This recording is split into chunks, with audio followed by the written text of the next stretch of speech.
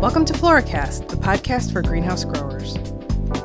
Floracast is brought to you by Greenhouse Grower Magazine, in conjunction with the University of New Hampshire, North Carolina State University, Kansas State University, and Cornell University.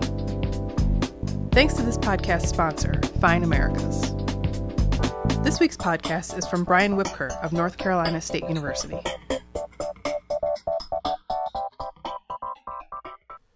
Hello, welcome to this podcast discussing plant growth regulators. Today we will cover how plant growth regulators move within the plant. This will help you target specific parts of the plant to maximize the effects of your PGR application. PGRs vary in how well the plant takes them up. This chart lists the relative uptake by each plant part, leaves, stems, and roots. Some chemicals such as diminizide, which is known by the trade names B9 and Dazide, are primarily taken up by the leaves. Because of its lack of uptake by the roots, that is why it is not applied as a drench. Other chemicals such as paclobutrazol, uniconazole, and fluoropyrimidol have a far greater uptake if applied to the roots or stems. That is part of the reason the standard amount of water applied with a foliar spray is 2 quarts per 100 square feet. This allows for some of the chemical to make contact with the stem and drip into the substrate. Acimidol, BA, and chlormequat all have leaf, stem, and root activity. While chlormequat will work as a drench, the rates are high enough that it makes a drench impractical.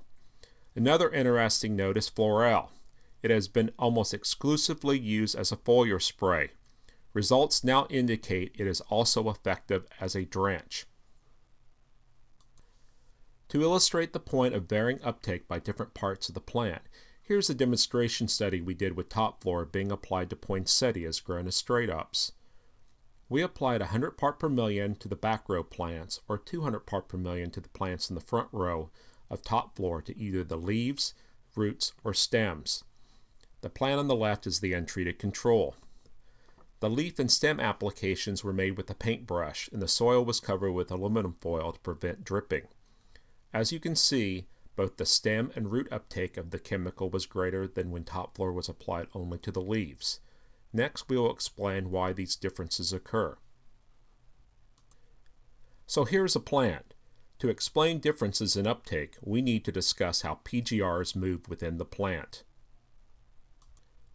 Most PGRs are applied as foliar sprays to the leaves.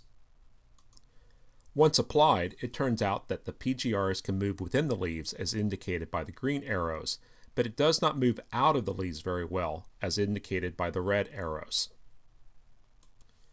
The reason for this is the vascular system of the plant. Most PGRs such as the paclobutrazoles, unicanazoles, and fluoropyrimidol are readily moved in the xylem, but they do not move very well in the phloem. Thus, the PGR is moved around the leaf by the xylem, but does not move out of the leaf by the phloem. Diminizide is the exception. It moves around the plant when applied to the leaves. A lack of phloem transport means even spray coverage is essential. Otherwise, you'll have uneven growth. This can be seen here where Fluorel was unevenly applied to this garden mom. The left side of the plant had Fluorel applied and was delayed, and the plant was smaller, while the untreated part of the plant at the right had less growth control and bloomed earlier. Getting even spray coverage can be problematic. The thick leaf canopy of the pot mum can inhibit complete contact. If this occurs, then axillary shoots from the interior of the plant can grow up.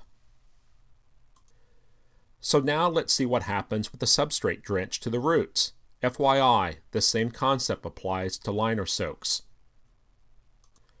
So when a substrate drench is applied, it moves around the soil, which increases the contact with the entire root system. The PGR is taken up by the roots and transported by the xylem up the stem. The PGR is moved up to the growing point and into the leaves by the xylem. But once in the leaves, the PGR doesn't move back out because of the limited movement in the phloem. Because of the complete movement of the PGR by the xylem, growth control is typically more even with a substrate drench application than with a foliar spray. Finally, let's look at what occurs when a PGR comes in contact with the stem.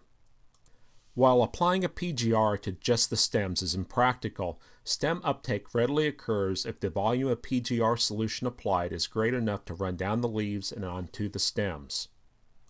Once a PGR comes in contact with the stems, it is easily transported around the plant by the xylem. Movement into the leaves and roots is similar to what occurs with a substrate drench. Movement out of the leaves and the phloem also doesn't occur. Here is an excellent example of what happens and points out uptake of PGRs does occur through the stem.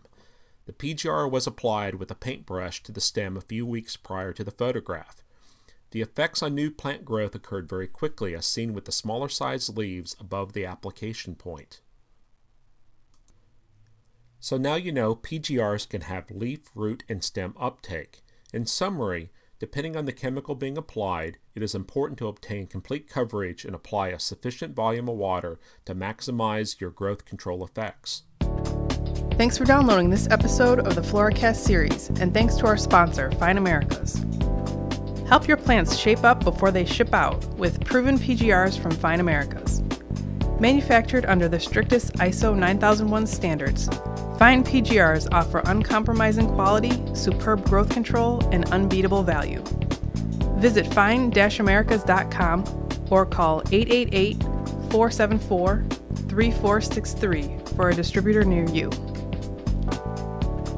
Come back next week for the next edition of the Floriculture Podcast series.